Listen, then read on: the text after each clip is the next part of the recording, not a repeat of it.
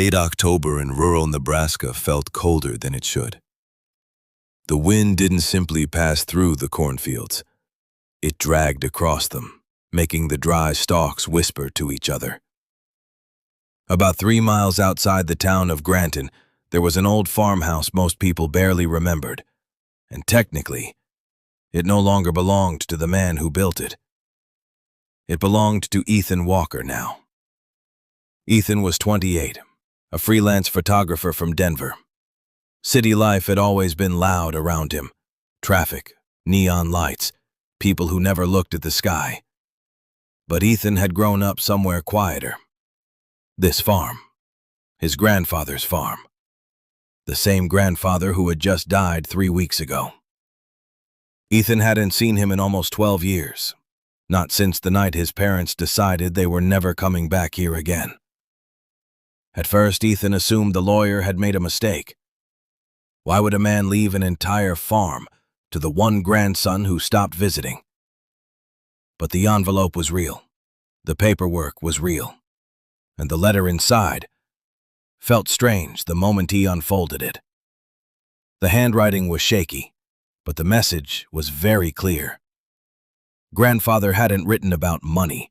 He hadn't written about memories. Instead, he had written rules. Very specific ones. Ethan read the letter quietly inside his car. Rule 1. Never enter the cornfield after sunset. He frowned. Then he kept reading. Rule 2. If you hear something walking behind the barn, do not look outside. Ethan chuckled softly. Okay, Grandpa. But the smile slowly faded when he reached the last line, because the handwriting suddenly looked rushed, almost panicked. Rule 7. If the red moon rises, follow the list exactly, or they will know you're here. The gravel road leading to the farm looked smaller than Ethan remembered. As a kid, he thought the fields stretched forever. Now they just felt empty. Forgotten. Dust kicked up behind Ethan's pickup truck as he slowly approached the property. The farmhouse looked exactly the same. White paint, peeling porch railing, a rusted windmill spinning lazily beside the barn. Nothing had changed. And somehow, that felt worse. Ethan stepped out of the truck. The air smelled like dry soil and old wood. No birds, no dogs barking. Just the quiet scratching sound of the wind through the corn. He glanced toward the fields. Rows and rows of corn stood tall in the fading light. Too tall. Too still.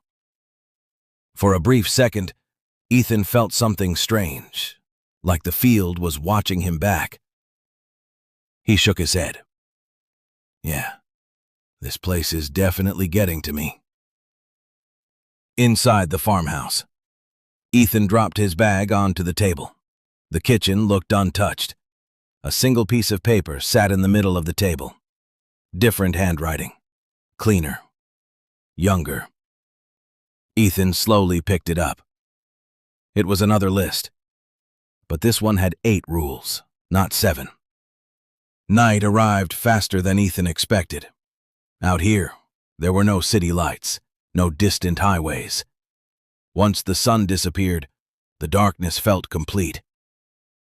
Ethan tried distracting himself. He unpacked, checked the electricity, even started a small fire in the living room.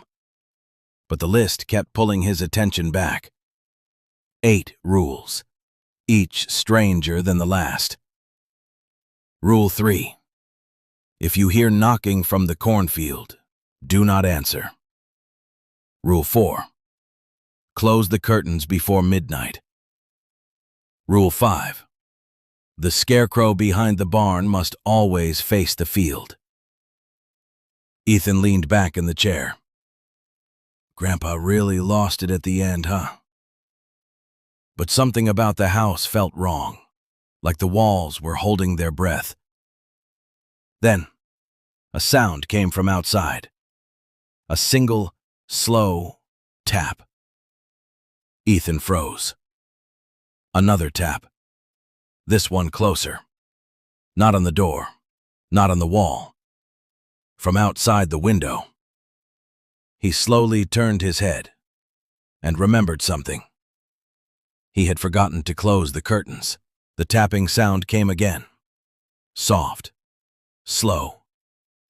Almost polite. Ethan sat frozen in the chair, staring at the dark window across the living room. Outside, the cornfield stretched like a black ocean under the red glow of the rising moon. Another tap.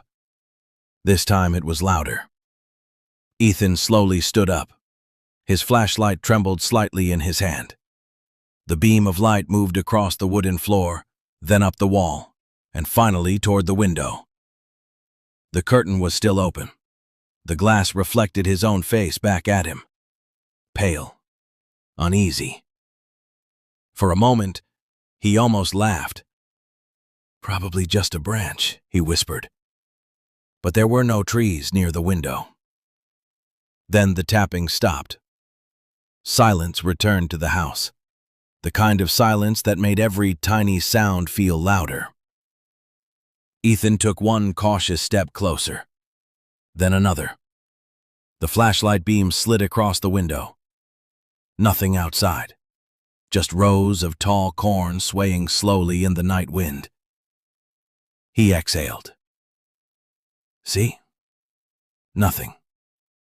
And then, the corn stopped moving, all at once, as if something inside the field had just stood still.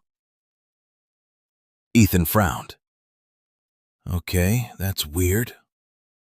He quickly pulled the curtain shut. Rule 4. Close the curtains before midnight. For the first time since arriving, Ethan felt grateful that he followed at least one rule. Ethan tried to sleep, but sleep didn't come easily in a house that old. The floorboards creaked with every shift of the wind. The pipes whispered behind the walls. And somewhere outside, metal chains clinked softly. After an hour of staring at the ceiling, Ethan finally gave up. He grabbed his flashlight and jacket. "Just checking the property," he muttered. "Nothing weird about that." The night air outside felt colder, much colder than before. The red moon hung low above the cornfields now, almost too large, almost too close. Ethan walked slowly toward the barn. His boots crunched against the gravel. The barn door was slightly open. The wind pushed it back and forth with a low, groaning sound. Creak, creak. Ethan pushed it open. The flashlight beam cut through the darkness inside.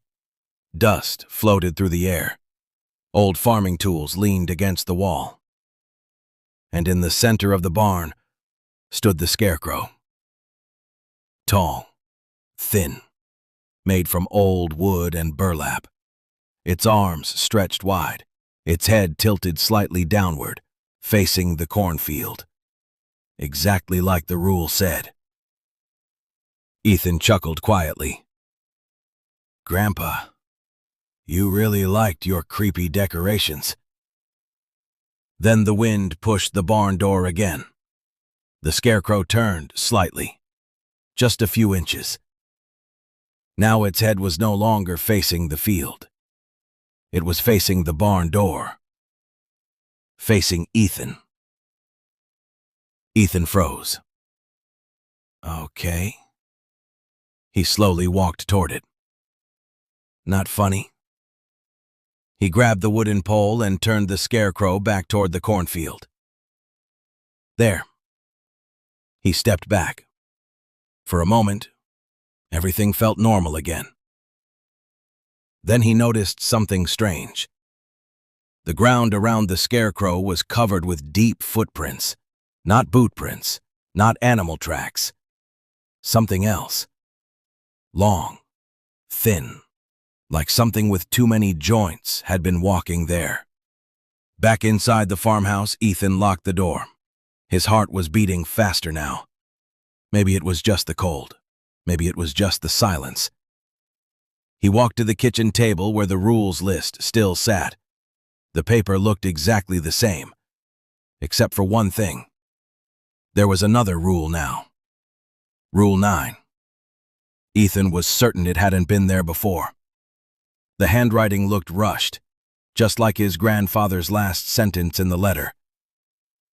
Slowly, Ethan read it. If the scarecrow turns toward the house, it means they are already inside the field. Ethan stared at the paper. A chill crawled down his spine, because he suddenly remembered something. When he turned the scarecrow earlier, it had been facing the barn, not the house, which meant it must have turned again after he left. Ethan whispered to himself, "Inside the field?" Then something moved outside, not tapping this time, not wind. Something walking, slowly, through the corn. The sound came again, slow, heavy. Something was moving through the cornfield. Ethan stood completely still in the kitchen. The house felt colder now. Even the air inside seemed heavier. Outside the window, the corn stalks moved in uneven waves under the red moonlight. But this wasn't wind. Wind moved the field in wide, flowing patterns. This movement was different. Something was walking through it. One narrow path, straight toward the house. Ethan slowly stepped closer to the window. The curtain was still closed. Rule 4. He remembered it clearly now. Close the curtains before midnight. But curiosity pulled at him. He grabbed the edge of the curtain. His fingers hesitated. The sound outside stopped. Completely.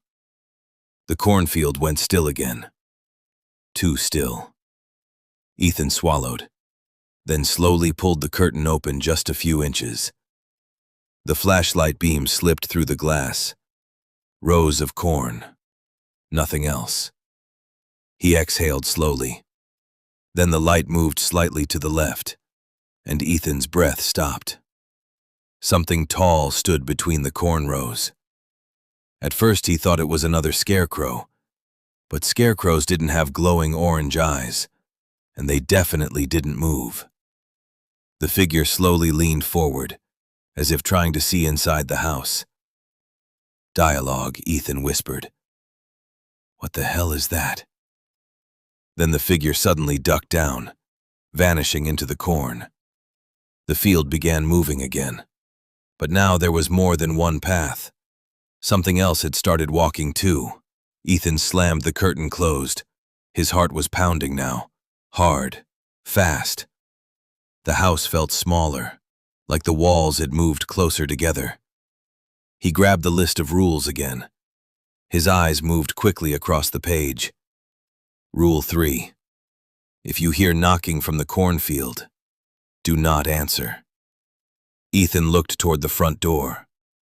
Silence. Then, knock.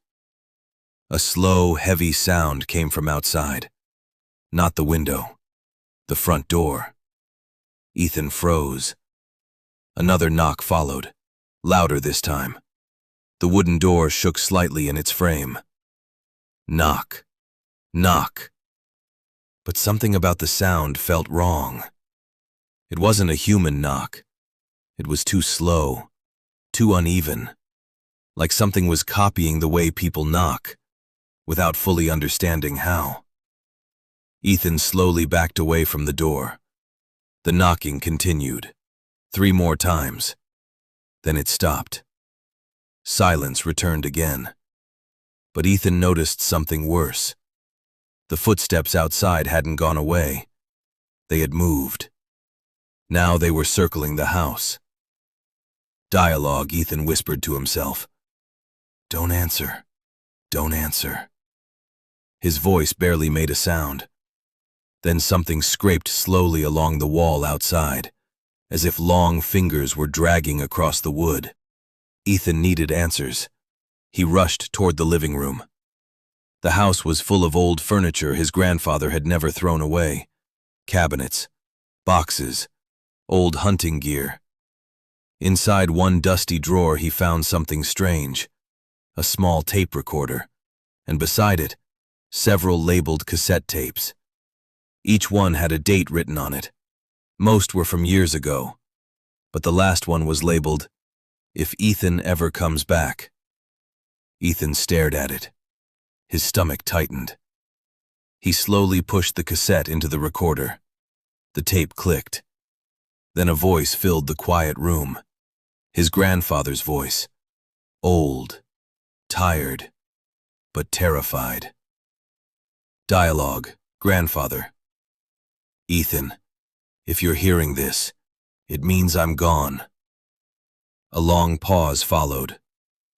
You probably think the rules are crazy. Another pause.